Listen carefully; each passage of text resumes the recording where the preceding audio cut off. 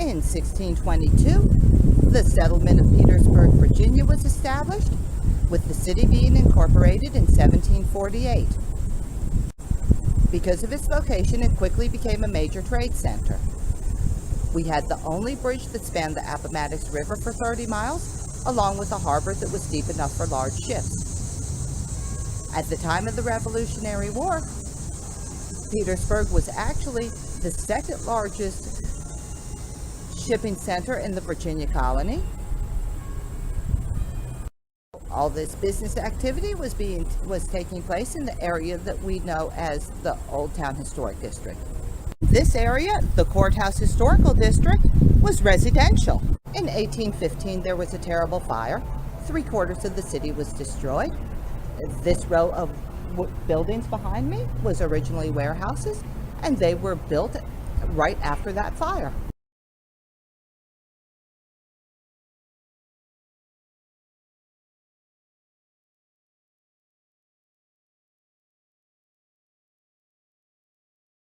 From the time of the Revolutionary War until approximately 1850, this would have been the location of Petersburg's first courthouse. It was located in a mansion, in a house. It was called Spring Hill Mansion. It was also commonly referred to as Prison Hill. It was destroyed in 1860.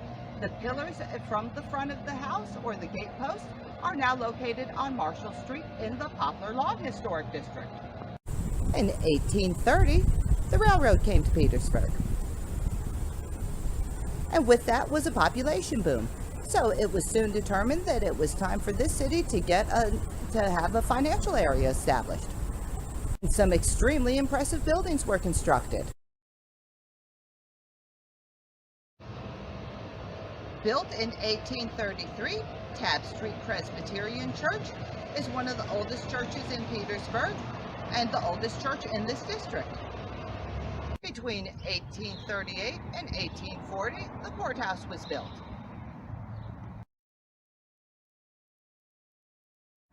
This is what remains of the Petersburg Armory. It was built in 1843.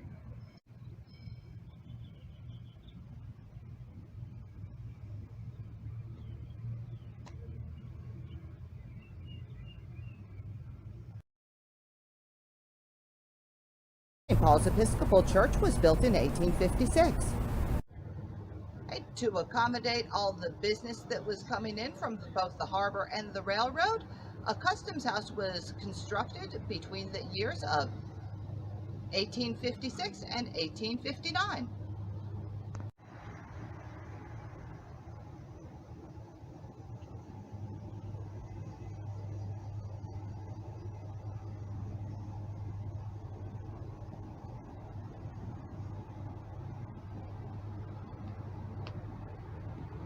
Built in 1860, the Petersburg Savings and Insurance Company was one of our first large financial institutions. By 1850, Sycamore Street, along with the neighboring streets of Franklin, Union, and Taft, had become the center for all financial activities.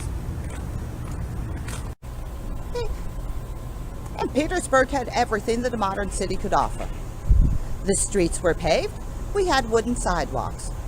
There were plenty of hitching posts for your horse-drawn wagon, in addition to livery stables. In 1847, the telegraph was installed. In 1851, we got gas lighting, and in 1855, a new waterworks plant was opened up. So you could come to Petersburg, you could send correspondence without having to wait for the delays of the Pony Express. You could see at night, and you didn't have to drink from a horse trough or a well. There was fresh running water. Doing business and shopping in Petersburg would have truly been a pleasure. In 1860, the Civil War broke out, and life in the Courthouse Historic District was truly a nightmare. Okay, we had stuff, and the Union forces definitely wanted it. Petersburg was considered a strategic defense point. What we had was 2 blocks that away is the river. That is where the railroad station is, the harbor, and the bridge. right dead in front of me was the armory. Okay, catty corner to where I'm standing was the telegraph office, and about 2 blocks behind me was the gasworks. So fighting here in the Courthouse Historic District was definitely concentrated. In 1864, the entire city was surrounded by Union forces. That led to the longest siege in the history of the war. It lasted 10 months. The Courthouse Historic District was being shelled very heavily every morning and afternoon by the Union forces. The courthouse tower was being used as a site. The steeples of the churches were being used as targets. Under the porch of Tabb Street Presbyterian Church, a tunnel was dug along with a shelter that was large enough to hold almost 100 people. Everyone who lived here had bomb shelters dug in their yards for both their own protection and to store their valuables. Governmental operations had been moved to the outskirts of town. The interior of the courthouse was being used as a shelter along with a hospital. The roof of the custom house was being used as a signaling station. St. Paul's, along with many other buildings in the Courthouse Historic District, were damaged by shelling. The warehouses were converted into hospitals, and the people who worked in the warehouses were serving duty as both nurses and orderlies.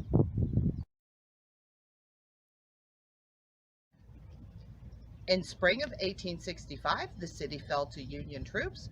The siege was over. Shortly after that, the war ended and Reconstruction began.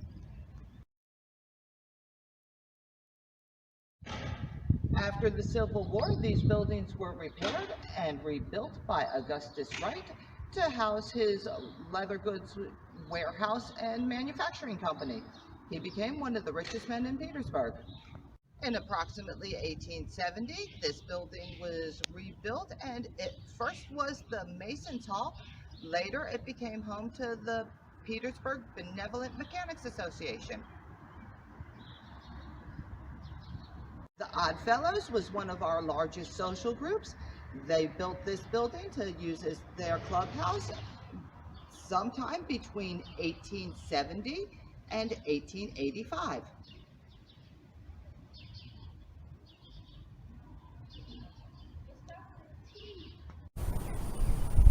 This was the Zimmer Tobacco Warehouse. It was built in approximately 1890.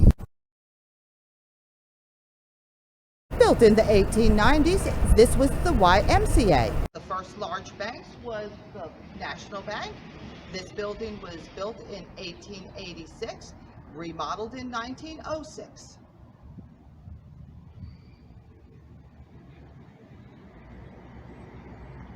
By the turn of the century, Petersburg had it going on again. We had 5 banks within a 1-block radius, giving us a true financial area. Built in 1900, this was the Seaboard Railway Station. It was only in operation for a few years. Since then, the building has served a multitude of purposes. The Globe department store was opened in 1902. The Penn Furniture Store was opened in 1915. In the 1920s, this White House was both the home and the office of Dr. Wilcox, one of the most well-respected physicians in the area. Built in 1920 on the site of the Charles Watson Estate, this was Watson Court Apartments. In the 1920s, the Progress Index newspaper building was constructed. Built in 1915, this was the Petersburg Hotel. It was fireproof. It still has a lightning rod on the side.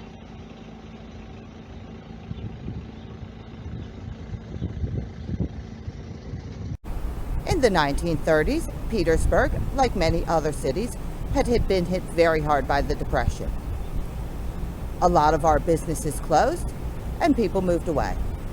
In the mid-1930s, Petersburg got its first chain grocery store. It was an A&P. It would have sat right here where the bank is. People came from all areas to go shopping there, and it succeeded in putting many of the small grocers out of business. In 1935, we got a new post office. Built in the 1930s, this is one of the few buildings that display the Art Deco architectural style. It was built by the Knights of Pythias.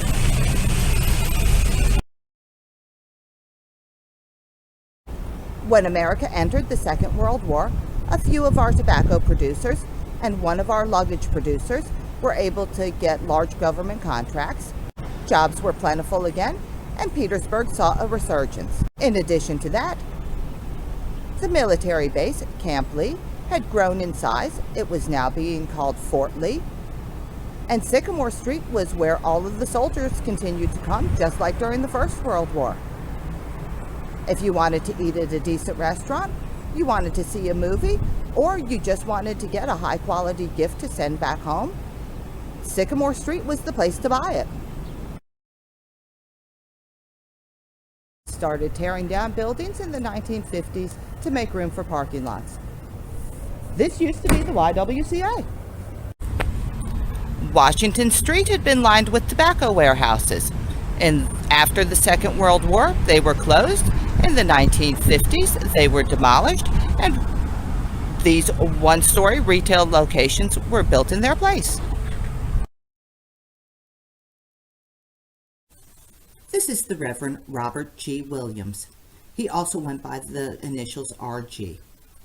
He was pastor of the Zion Baptist Church, which is located in the Halifax Triangle Historic District. He was a civil rights leader here in Petersburg.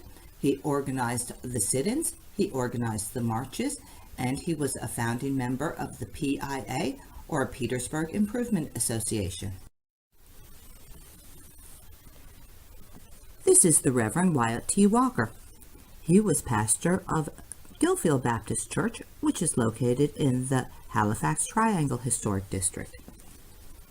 Wyatt T. Walker was the president of the NAACP. He was a civil rights leader in our community. Not only did he organize sit-ins and marches, he was also arrested numerous times. In June of 1960, he left Petersburg and he joined Dr. Martin Luther King Jr. as his chief of staff of the Christian Southern Leadership Conference. This is Milton Reed. He was pastor of the First Baptist Church, which is located in the Poplar Lawn Historic District. He was a true civil rights leader in our community. He helped to organize marches, sit-ins, and held numerous prayer vigils. He also helped to found the Virginia chapter of the Southern Christian Leadership Conference, of which he was president for 42 years. This is Dorothy Cotton.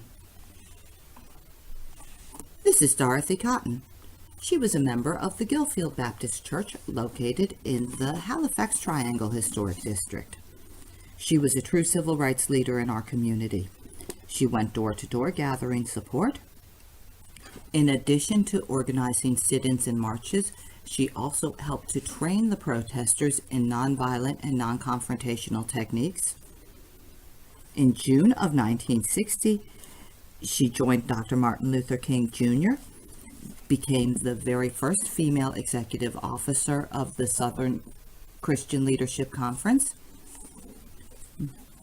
and as some say that she was Dr. Martin Luther King's right-hand woman. This was SS Kresge's department store. On the 23rd of February, 1960, a group of 20 students from Peabody High School went into Kresge's. At the same time, two smaller groups went to McClellan's and W.T. what they did was they walked up to the lunch counters and they asked to see a menu. And they were told no, they needed to leave. They knew that they shouldn't be there. So what they did was they sat down and they stayed right there until the police came.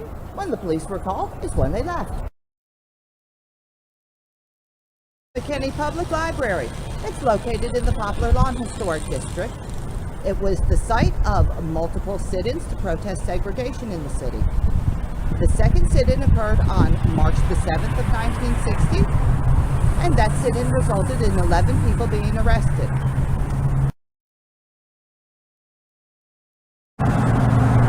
The following night, the night of March the 8th of 1960, the Reverend Milton Reed, along with 200 supporters, met here, marched straight down Sycamore Street to the courthouse. This was the Old City Jail. Following the arrest at the library, Pastors Walker and Williams, along with a small handful of their supporters, were briefly held here.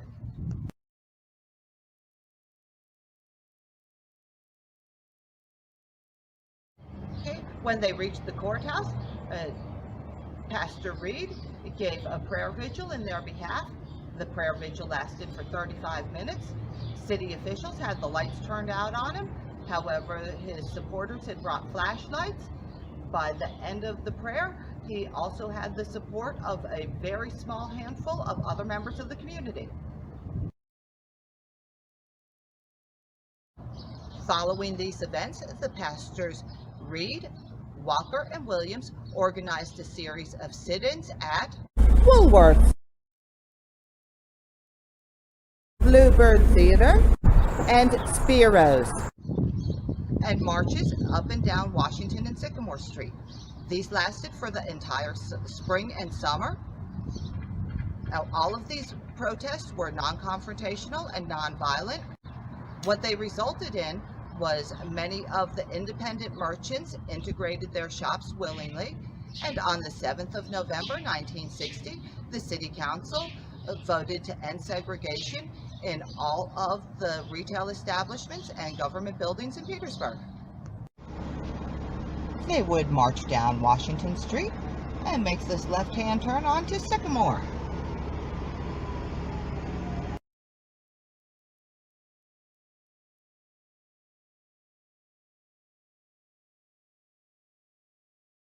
In 1967, Petersburg got its first shopping mall.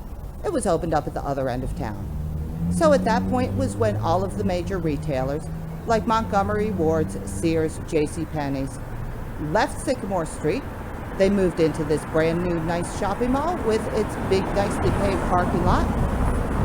And that's when shopping here in the Sycamore Street area and the Courthouse Historic District started to go downhill.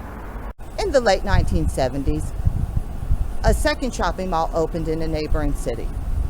This mall was new, it was nice, it was totally state-of-the-art, and it put the final nail in the coffin as far as shopping on Sycamore Street was concerned. There was absolutely no reason for people to come back to Petersburg. We only had a few decent stores. Anything large was in this nice new mall, which again had plenty of parking for its patrons. In 1985 is when the last of the major employers left our city. In 1994, an F4 tornado struck the city. There was extensive damage done to both the Old Town and the Courthouse Historic Districts. With the warehouses that were damaged in the Courthouse District, they were destroyed, the rubble was cleaned up, and the foundations were paved over to make room for a parking lot. The Courthouse Tower was also damaged. It wasn't repaired until 2017. And from that point going forward, Petersburg took a serious downhill turn. Practically everything in the Courthouse Historic District was at that point closed. And then here we are today. Courthouse Historic District does not give you any sense of being brought back in time. However, when you come down here to the Courthouse District, what you can see is architectural styles that range from the year 1815 all the way up to the early 1930s. And while it is a city that And while this area has seen better days, hopefully brighter days will be in its future.